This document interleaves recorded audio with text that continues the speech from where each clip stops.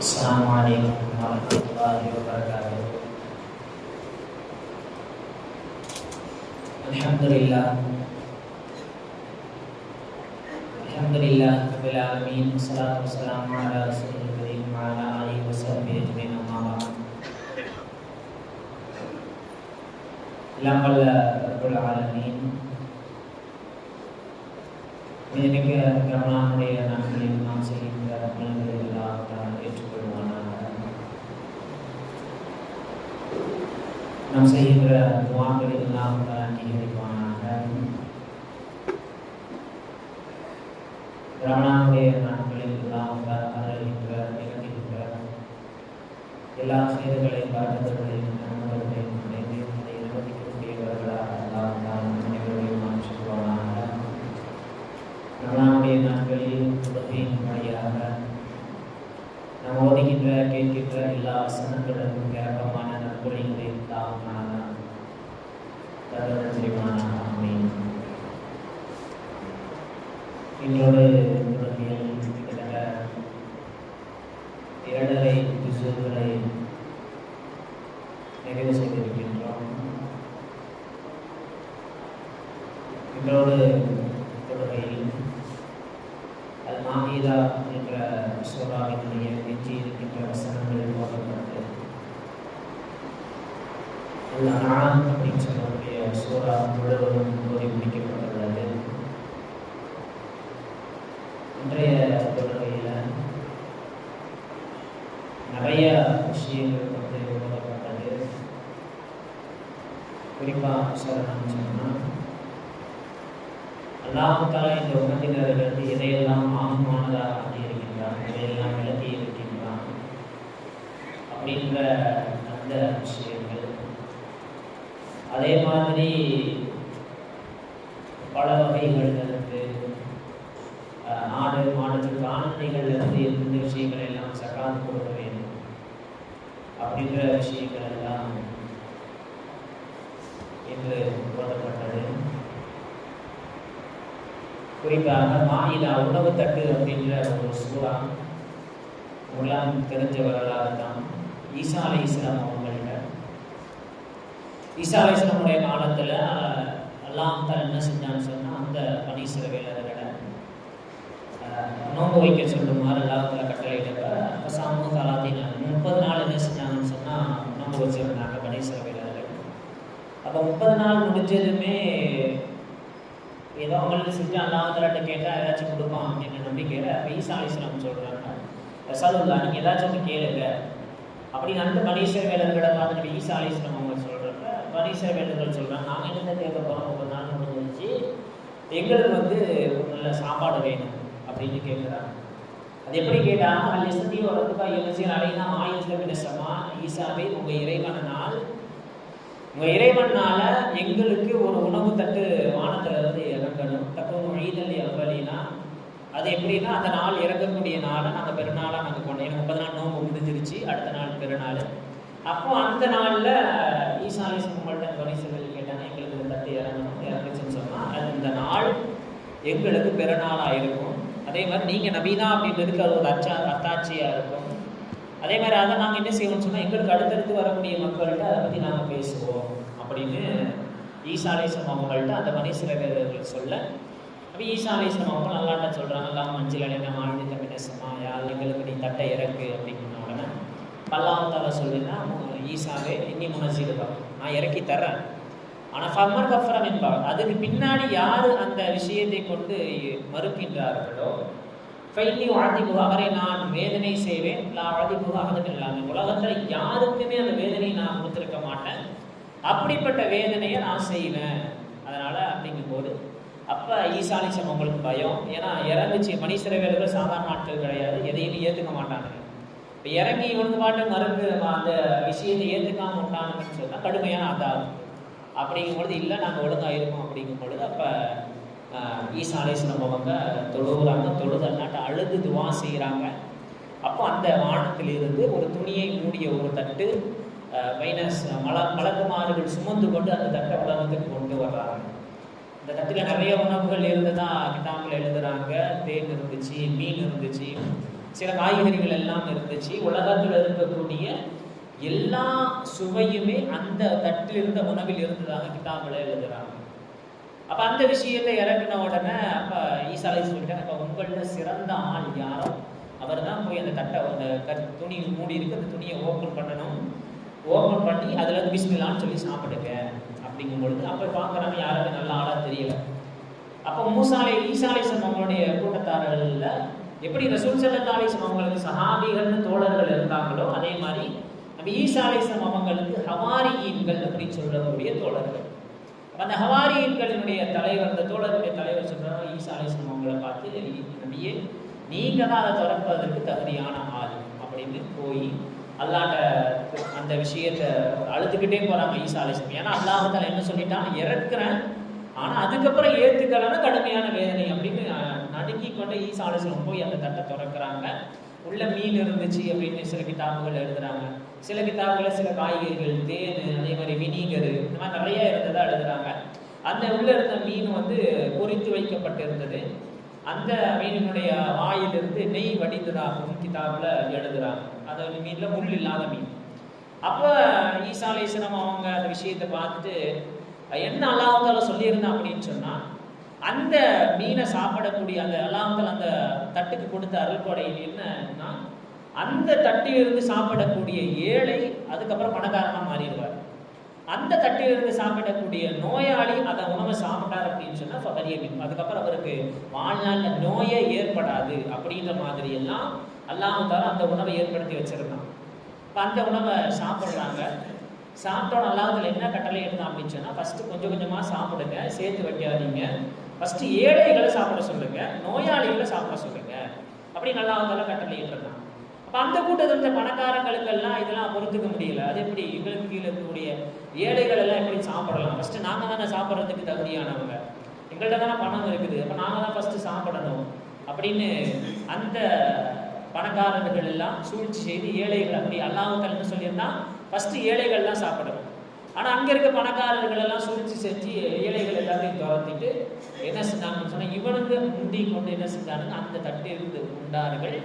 அல்லாஹ் தஆலா என்ன செஞ்சானா, அந்த ஊரில் இருந்து அந்த நேரத்தில் அந்த விஷயத்தை சாப்பிட்ட ஏழைகள் அனைவரையும் ஃபம்சிஹு, அல்லாஹ் தஆலா சிலரை குரங்குகளாக, சிலரை ஹின்சீர் சொல்லக்கூடிய பன்றிகளாக அல்லாஹ் தஆலா என்ன செஞ்சுட்டான்னு சொன்னால் மாற்றி விட்டான். அதுக்கப்புறம் 3 நாட்கள் அப்படியே இருந்தாங்க. அந்த சமுதாயத்தினர்கள் அழிந்ததாக வரலாறு உண்டு. அந்த விஷயங்கள் எல்லாம் இன்னைக்கு ஓதப்பட்டது.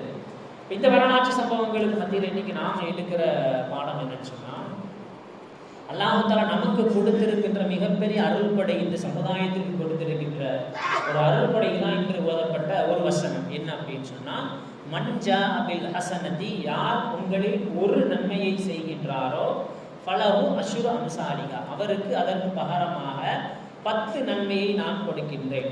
மன்ஜா அபி சனியதி, யார் ஒரு தீமையை செய்கின்றாரோ ஃபலா இஸ்ஸா இல்லா மித்லஹா, தீமைக்கு ஒன்றுதான், ஆனால் நன்மையை செய்கின்ற பொழுது அதற்கு 10ஆக மாற்றி அல்லாஹ் தஆலா கொடுக்கின்றான். இந்த விஷயத்தை சஹாபாக்கள் தங்களுடைய வாழ்க்கையில அப்படியே தங்களுடைய வாழ்க்கையில் செய்து அனுபவித்தார்கள். அப்படிப்பட்ட நன்மைகளை கொடுக்கப்பட்டிருக்கின்ற நாம் நம்ம வாழ்க்கையில இந்த மாதிரியான விஷயங்களை எல்லாம் செய்கிறோம் அப்படின்னு சிந்திச்சு பார்க்கணும். ஒரு தடவை ஃபாத்திமா ரலியல்லாஹு, நம்மளை கேள்விப்பட்டிருக்கோம், ஃபாத்திமா ரலியல்லாஹு தஆலா நோயில படுத்திருக்கும் பொழுது அலி ரலியல்லாஹு தஆலாவுக்கு போய், ஃபாத்திமாவே உங்களுக்கு எது வேணுமா அப்படிங்கும் பொழுது, இது வரைக்கும் எதுவும் கேட்டதில்லை, உங்களுக்கு ஏதாச்சும் ஆசை இருக்குதா அப்படின்னு அலி ரலியல்லாஹு தஆலா ஃபாத்திமா நாயகியிடம் கேட்க, ஃபாத்திமா நாயகி சொன்னாங்க, அஷ்டயுமான, எனக்கு ஒரு மாதுளம் பழம் வேணும் அப்படிங்கும் பொழுது அப்போ அலி ரலியல்லாஹு தஆலா போகிறாங்க. போய் சில கடைகளில் சில வியாபாரம், சில வேலைகள் எல்லாம் செஞ்சு அவங்களுக்கு கூலியாக ஒரு விஷயம், ஒரு சில திரகங்கள் கொடுக்கப்பட்டது. இப்போ அதை வச்சு இஷ்டராகமாக ஒரு மாதுளம் பழத்தை வாங்கிட்டு வர்றாங்க. வர்ற வழியில் ஒரு யாசகர் இருக்கிறார், ரொம்ப ஒட்டிங்கி போய் ஒரு இடத்துல உட்கார்ந்து இருக்கிறார்.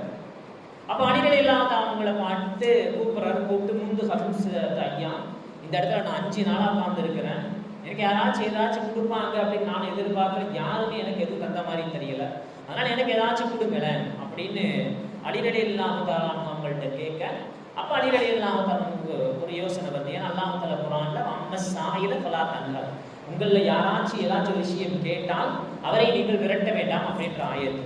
அதே மாதிரி ரசூலுல்லாஹி ஸல்லல்லாஹு அலைஹி வஸல்லம் அவங்க சொல்லியிருக்கிறாங்க, உங்களில் ஒருவர் யாசகம் கேட்டால் அவருக்கு கொடுக்க வேண்டும், அவர் குதிரையில் பயணித்து வந்து உங்களிடத்தில் யாசகம் கேட்டாலும் அவருக்கு நீங்க கொடுக்கணும் அப்படின்ற ஹதீஸ் ஞாபகம் வருது.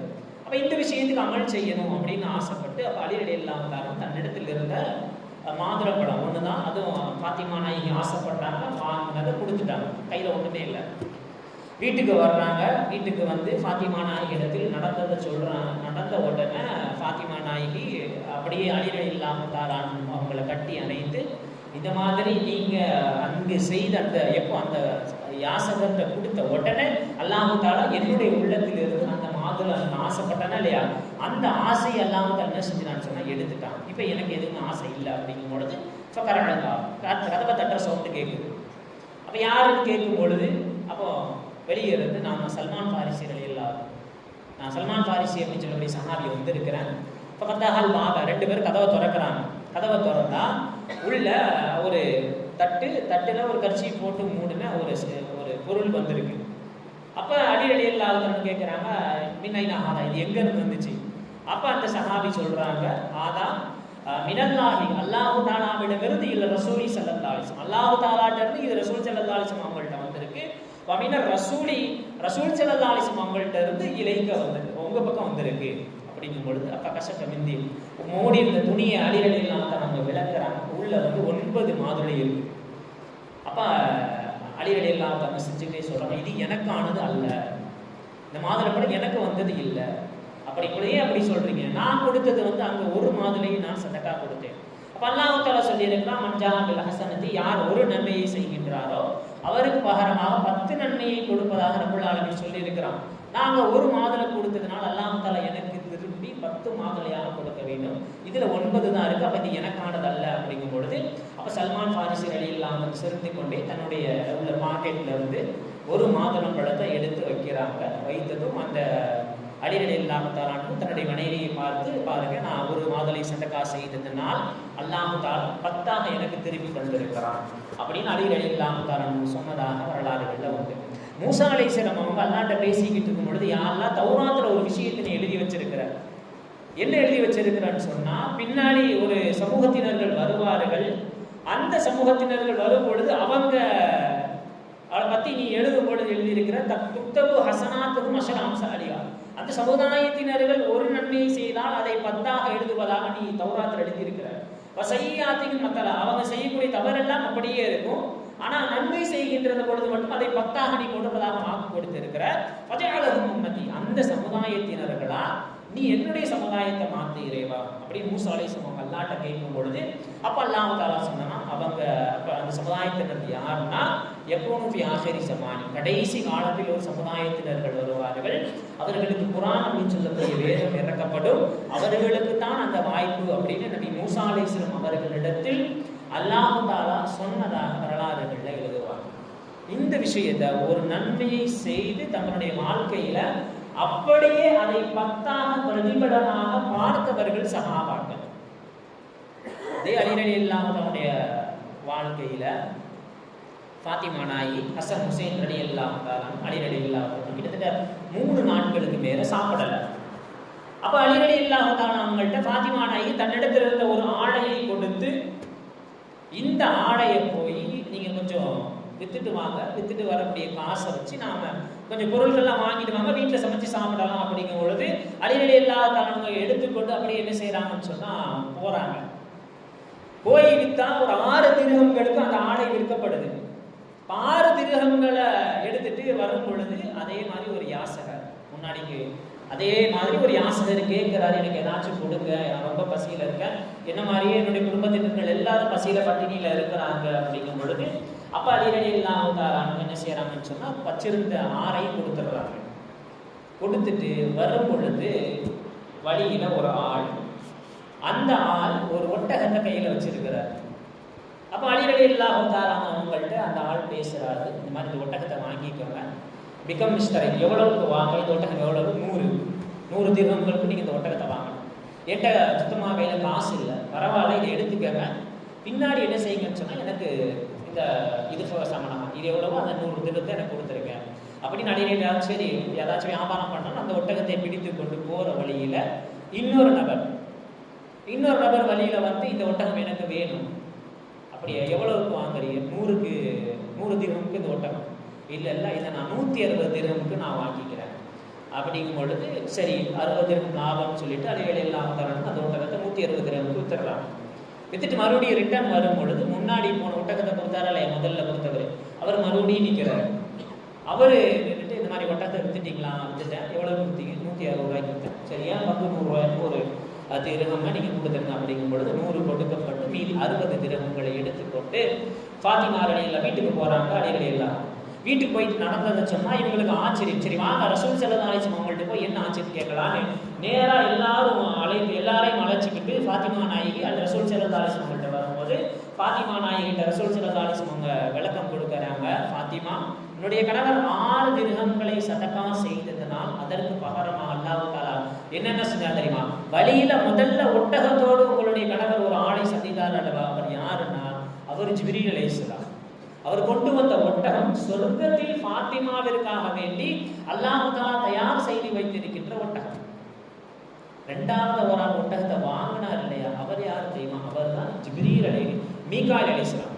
ஃபர்ஸ்ட் பார்த்தது ஜிப்ரீல் அலைஹிஸ்ஸலாம், இரண்டாவது பார்த்தது மீகாயில் அலைஹிஸ்ஸலாம். அல்லாஹ் தஆலா உங்களுடைய கணவர் செய்த 6 திர்ஹம்களுடைய சதகாவை ரப்புல் ஆலமீன் பொருந்தி கொண்டதனால் சொர்க்கத்திலிருந்து மலக்குமார்களை அனுப்பி வியாபாரம் பேச வைத்து அதற்கான லாபத்தை அல்லாஹ் தஆலா அவருடைய கணவருக்கு கொடுத்திருக்கிறான் அப்படின்னு ரசூல் ஸல்லல்லாஹு அலைஹி வஸல்லம் அவர்கள் சொன்னதாக வரலாறுகளில் உண்டு.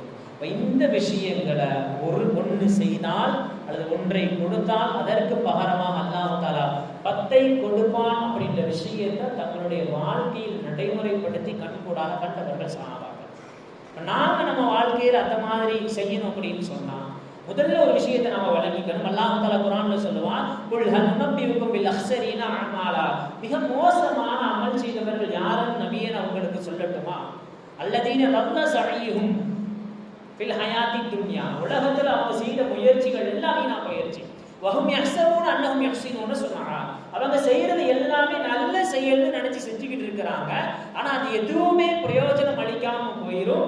அப்படிப்பட்ட நபர்கள் தான் மிக மோசமானவர்கள் அல்லாஹ் தஆலா சொல்றாங்க. அப்ப நம்ம வாழ்க்கையில ஒரு விஷயத்தை செய்து அல்லது ஒரு விஷயத்தை கொடுத்து அதற்கு பகரமாக அல்லாஹ் தஆலாவிடத்தில் 10ஆக நாம பெறணும்னு சொன்னா 2 விஷயங்களை மட்டும் நாம மைண்ட்ல வச்சுக்கணும், மூளையில பத்திய வச்சுக்கணும். முதல் விஷயம், கொடுக்கின்ற பொழுது எந்த ஒரு நோக்கமும் இருக்கக்கூடாது.